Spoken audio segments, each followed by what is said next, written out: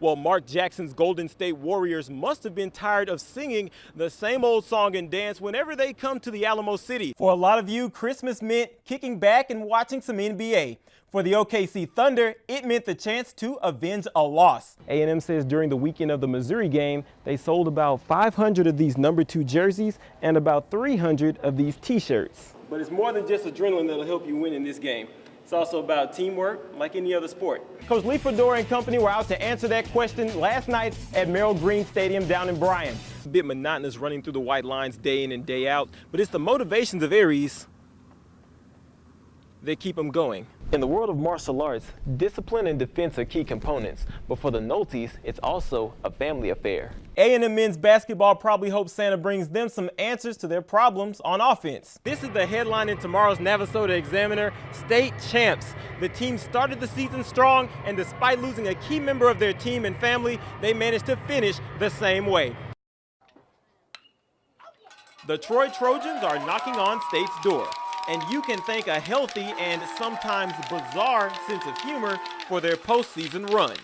Most of the time, I don't have any idea what they're doing, which is we're probably better off that way. You know, I hear a lot about animals and all kinds of other stuff, so I probably really don't want to know too much about it. It makes the game a lot more fun. It makes it easier to withstand a 7 or maybe even more, a longer game. And perhaps the weirdest prank is what hangs from the ceiling of the Trojans' locker room. They haven't lost since it made an appearance. Maybe around tournament time. I think that's might have when it gone up, or halfway through district, somewhere in there. I've had to tell them to take it down once. It started dripping some crazy juice out of it. I'm not sure what the deal is with the banana, but hey, it's working, so we leave it there. A team of pranksters, jokers, and comedians might be a handful for some coaches, but for the staff at Troy, that's a winning combination. We really know when to, stop it, when to cut loose, and when to not really take so many pranks and get focused on things. Being funny while being focused. The Trojans hope that is a roadmap to state. I think we all think we kind of owe it to ourselves here to get the thing done and get the job done and go win it. In Troy, Texas, Lane Fobbs, ABC 40 Sports. The A&M football honors train just keeps on chugging. For the first time in school history, 3 Aggies have been named consensus NCAA All-Americans. Johnny Manziel, Luke Jokel, and DeMontre Moore each found themselves on at least 2 of the 5 All-American teams that are put out at the end of the college football season, and offensive tackle Luke Jokel was listed on all of them. Blocking for a Heisman winner can do that for you, I guess. Together, these 3 helped get Texas A&M to its first 10-win season since 1998, and it's the first time A&M has had more than 1 consensus All-American in a football season since 1993, when defensive end Sam Adams and cornerback Aaron Glenn took home the honors. NFL now, the Cowboys kept themselves in the playoff hunt with a win over the Steelers Sunday, but the victory came with a bit of controversy. Josh Brent is accused of killing teammate Jerry Brown in a drunk driving incident earlier this month. And Sunday, well, there he was in street clothes on the Cowboys sideline. More than a few fans weren't happy with Brent's appearance at the game, but as far as the Cowboys go, he's still a teammate and he has their support. I told Josh, I said, man, look, man, I'm a brother, man. Hey, I'm going out there for you. I'm going out there for you. It's gonna always be in our head. I feel like it was a big impact to us, and we don't. It's not like we want to let anybody down or whatever. We just want to go out there and just show them that hey, we love you and we're gonna do this for you. Men's basketball now, after a 64-54 loss to Oklahoma Saturday, the Aggies are looking for answers on offense.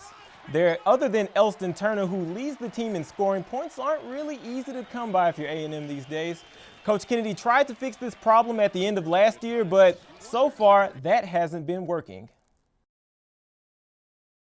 I thought we would be a little further ahead. I thought some of the guys we brought in would be more, would help us offensively score the ball a little bit better.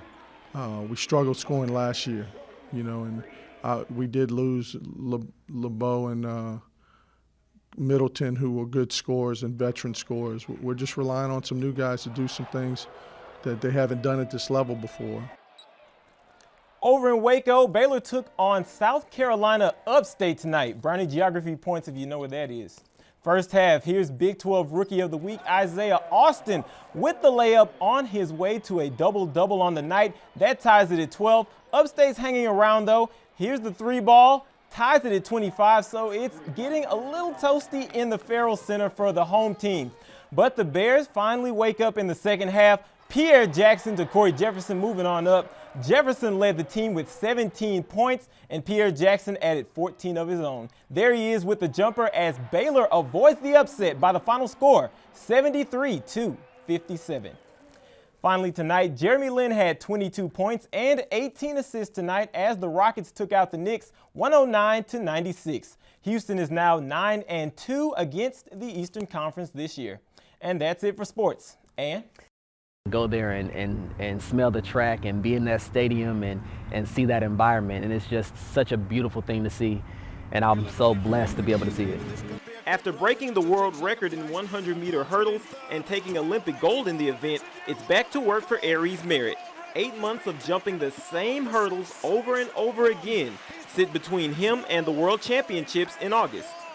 Now, it can be a bit monotonous running through the white lines day in and day out, but it's the motivations of Aries that keep him going. Those motivations go back to 2008 when the loss of his grandmother was compounded by missing the Beijing Olympics by just one spot. You question if you want to keep running track. Do I really want to keep doing this another 4 years? Because you just never know. Nothing's ever promised. And so I just I had to reevaluate my life. I thought about it, and my grandmother would have loved for me to continue to follow my dream, and she knew I loved to run, and so I just stayed running. And with 2013 on the horizon, Aries has one major goal: become legendary in my event. I just need to run sub-13 4 more times, and then I would be the person who's run the most sub-13s in the entire world. He can run those under 13-second hurdles well into the new year because he's already cleared the hurdles life threw at him early on. Everything is a challenge. And you have to be able to live up to those challenges. You have to be able to just breathe and focus on what you want. In College Station, Lane Fobbs, ABC 40 Sports.